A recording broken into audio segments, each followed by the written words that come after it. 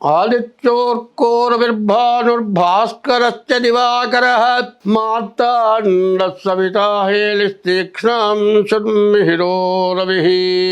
ఆదిత్యోర్కోరవిర్భానుర్భాస్కరశ్చ దివాకరః మార్తాండః సవితా హేళిస్తీక్ష్ణం శృణ్మిహిరో రవిః.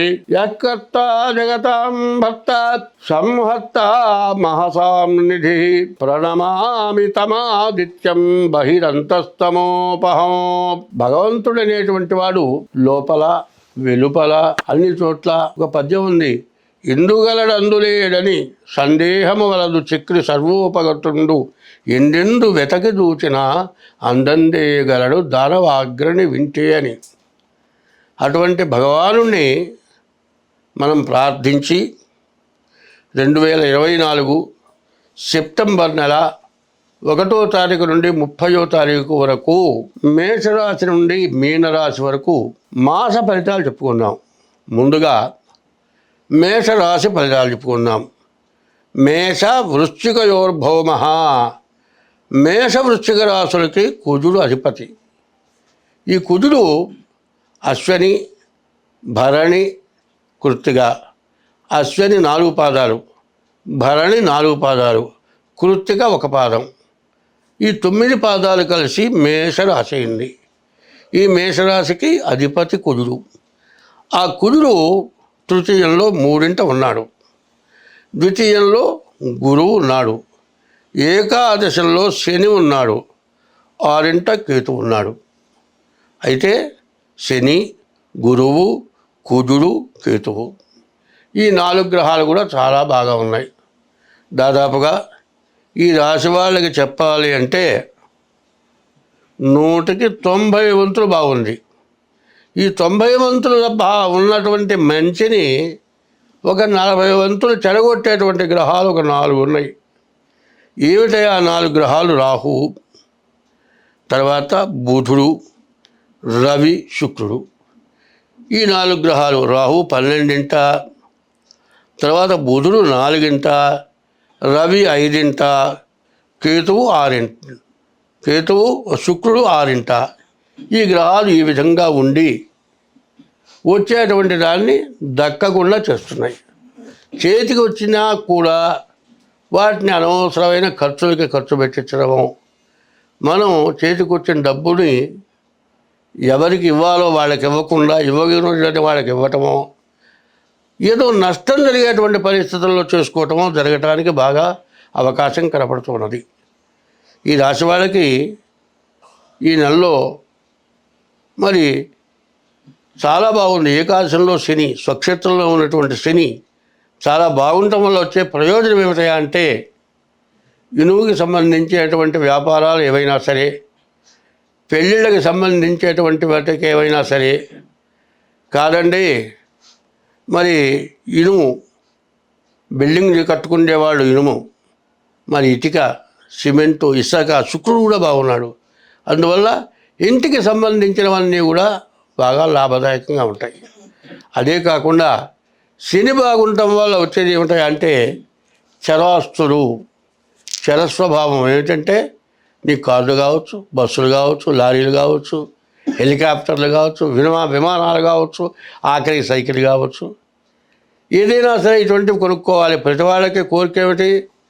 పుట్టిన తర్వాత విద్య రావాలి, విద్య వచ్చిన తర్వాత ఉద్యోగం రావాలి, ఉద్యోగం వచ్చిన తర్వాత వివాహం కావాలి, వివాహం వచ్చిన తర్వాత భార్య అనుకూలవతి కావాలి, ఉండటానికి ఇల్లు కావాలి, అన్నీ కావాల్సినవి. ఇందులో అక్కర్లేనిది ఏదీ లేదు. అయితే ఈ శని బాగుండటం వల్ల ఈ చెప్పిన వాటిని అన్నిటినీ కూడా నీకు ఉపయోగపడేటువంటి స్థితిలో ఉన్నాడు శని.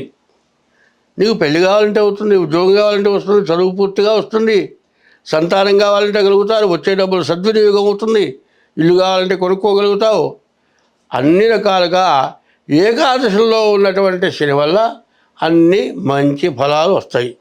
అయితే సూర్యపుత్రో యమశ్చ సహా, సూర్యుడు కుమారుడు శని, ఆ శని మాత్రం చెడుగా ఉన్నాడు.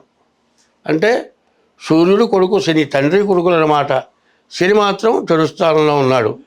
దాన్ని మనకు ఉపయోగపడకుండా ఆపుతాడు. కాబట్టి శనికి 6000 జపం చేయించుకొని గోధుమలు దానం ఇవ్వాలి. రాహుకి 18,000 జపం చేయించుకొని మినుగులు దానం ఇవ్వాలి. బుధుడికి 17,000 జపం చేయించుకొని పెసలు దానం ఇవ్వాలి. మరి శుక్రుడికి 20,000 జపం చేయించుకొని అలచందలగా బొబ్బర్లు అవి దానం ఇవ్వాలి.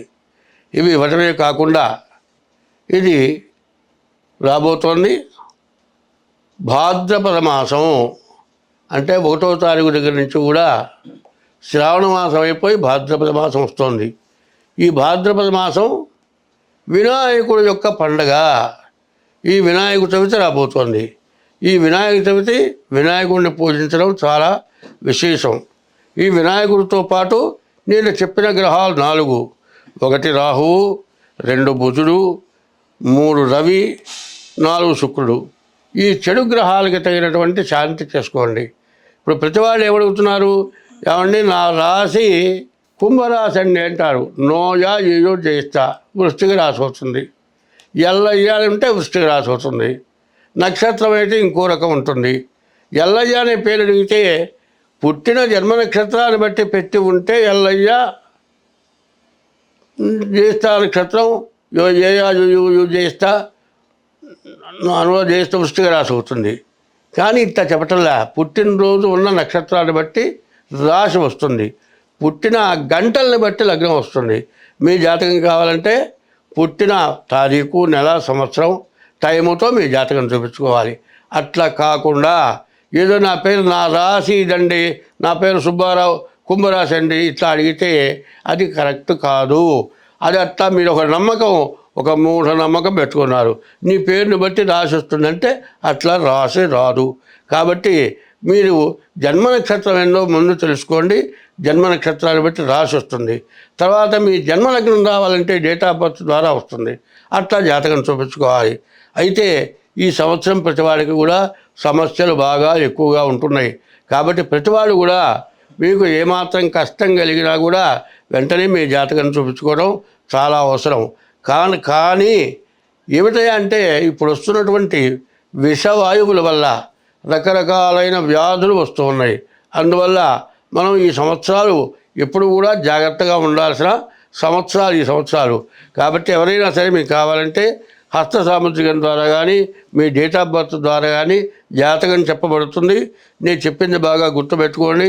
ఈ సంవత్సరంలో ఈ మేషరాశికి శని, గురువు, తర్వాత కుజుడు, తర్వాత కేతువు, ఈ 4 గ్రహాలు బాగున్నాయి. మిగతా 4 గ్రహాలు బాగాలేవు. అయితే ఉన్న గ్రహాల్లో శని, గురువు ధనాన్ని ఇచ్చేవాడు. శని ఐశ్వర్యాన్ని, శని ఈశ్వరుడు, ఆయన ఐశ్వర్యాన్ని ఇచ్చేవాడు. కేతువు మంచి జ్ఞానాన్ని ఇచ్చేవాడు. ఈ 4 గ్రహాలు విశేషమైన గ్రహాలు. బాగా ఇబ్బంది పెట్టేటువంటి గ్రహాలు రాహువు, కుజుడు, బుధుడు, కేతువు. ఈ 4 గ్రహాలు బాగా ఇబ్బంది పెట్టే గ్రహాలు. కాబట్టి బాగున్న దాన్ని మనం సక్రమంగా చూసుకోవాలి అనేటట్లయితే ముందు మీ జాతకం చూపించుకోవాలి. స్వస్తి.